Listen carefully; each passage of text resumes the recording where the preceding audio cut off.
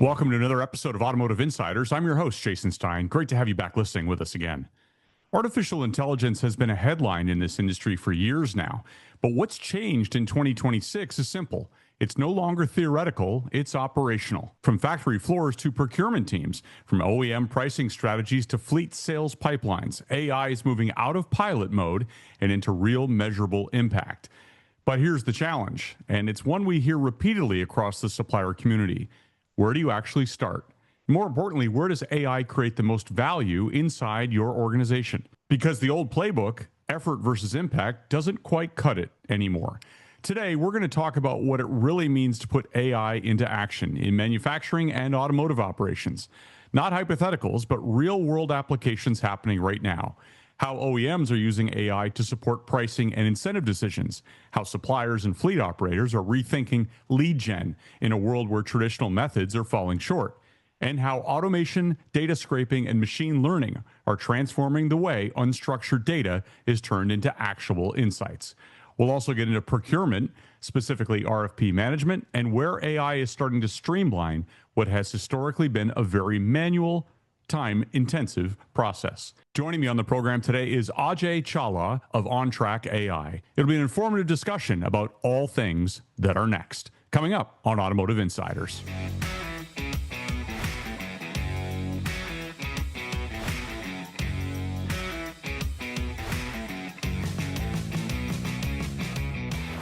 Ajay, welcome to the program. It's great to have you on this episode of Automotive Insiders. Great to be here. Thanks for having me. Thank you.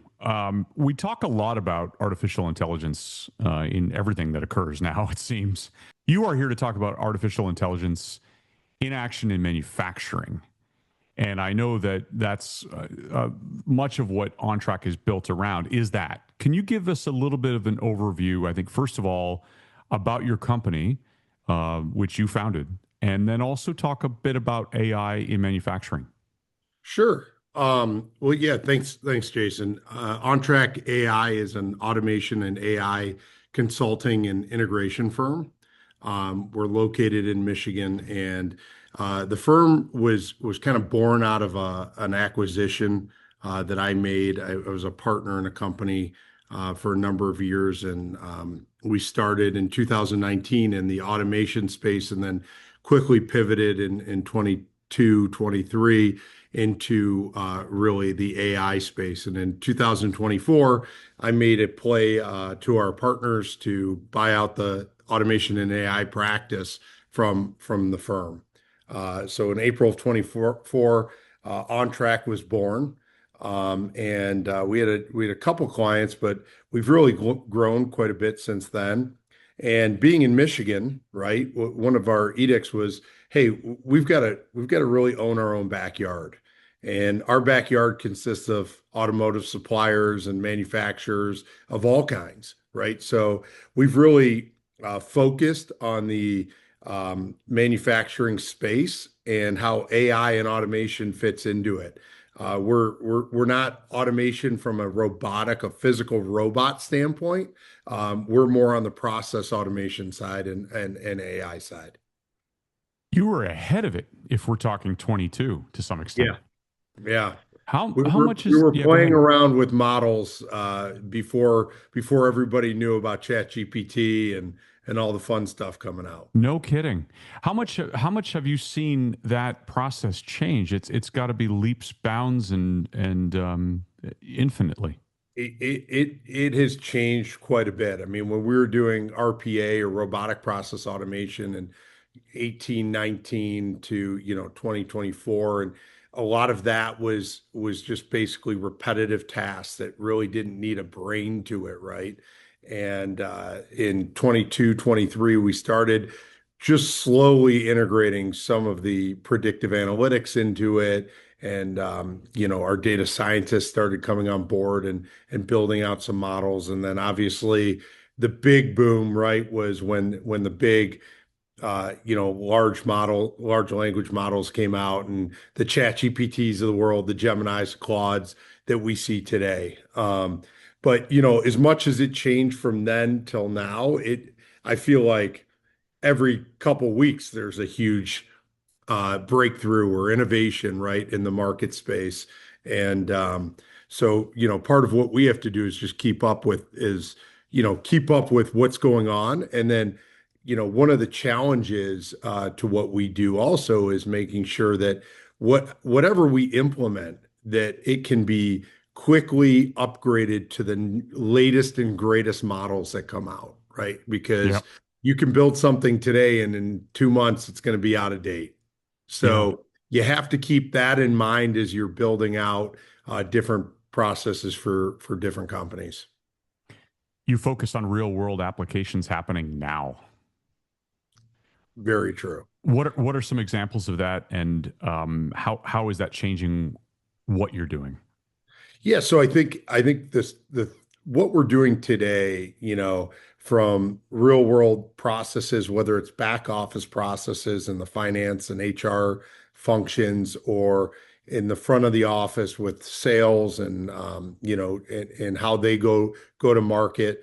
One of the big projects we just worked on with a major OEM was lead scoring for their commercial division.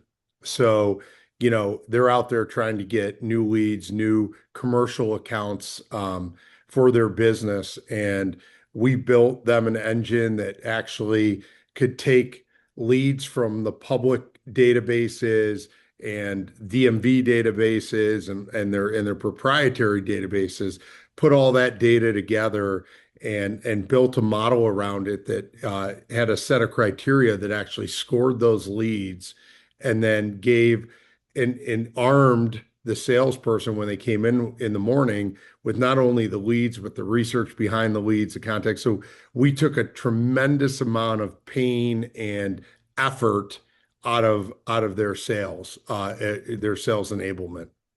Hmm. When you think about the most common challenges, and I know one of them for you is knowing where the most leverage is in your company. What do you mean by that? I mean, we think what we do is here, from our standpoint, it is more important for us to understand the KPIs of a business and what they're trying to achieve overall, right? From an enterprise level. And that comes from the senior leadership. And that's something that we've kind of, I would say we've hung our hat on, right? Is that if we can get that, then we can map that to what processes should be, what processes we should use AI and automation in, right? And so just because something might look sexy and you might have seen something out there, we're very big into, hey, let's find out where the company's going and what goals they have, and how do we map that to, okay, this is a process, whether it's procurement um, or sales or finance. This is something that's going to move the needle for you towards your KPIs. I think as we look across the industry, I think in 2025, like 90 or 85%, there was a study by MIT that 85% of AI projects didn't hit the ROI expectations, right? And that's a pretty big number. And so I think for the manufacturing companies around here, you know, it's very important that they understand where they go, where they should go first. And I think that is key. And they should have that enterprise strategy. I think that's where people fail is when you're operating in silos and sales has one thing going and procurement has another project going and HR has another project going, and there's no enterprise strategy overarching for all of these, right? And so that's that's how we leverage our kind of our process and our go-to-market process with these companies. Interesting. I know that there is the classic effort or classic impact, effort and impact doesn't really work in the AI age. You've developed something called the realized value matrix that adds a critical dimension for adoption and change management. Can you explain that to me? Yeah, I think the whole, effort, and impact, like, the amount of effort, translates directly to impact, may not always be true in the AI world, right? Sometimes with using, the efficiencies that AI provides and can really can enhance the amount of work and that you can do as a person or as a group, and you can really achieve that greater impact. Now, marry that with the fact that one of the biggest things people overlook in a business is actually the change management and the people involved in the business. And that's something that we have kept very close to. And we do a tremendous amount of work because we have built in the early days. And when I say early days, I'm talking 22, 23, 24. We have built great, applications and agents for people.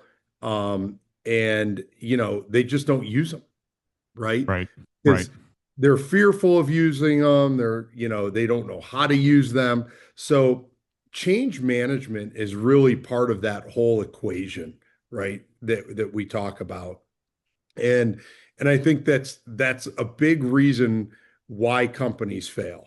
You have to make sure that the employees and the executive team are absolutely bought in and understand how to use what's put out there, right? And don't view it as a threat, but view it as kind of a co-pilot or, an efficiency gain for you as an employee, right? I think one of the things we hear oftentimes is like, oh, when's AI going to replace all of our employees, right? Or Hmm.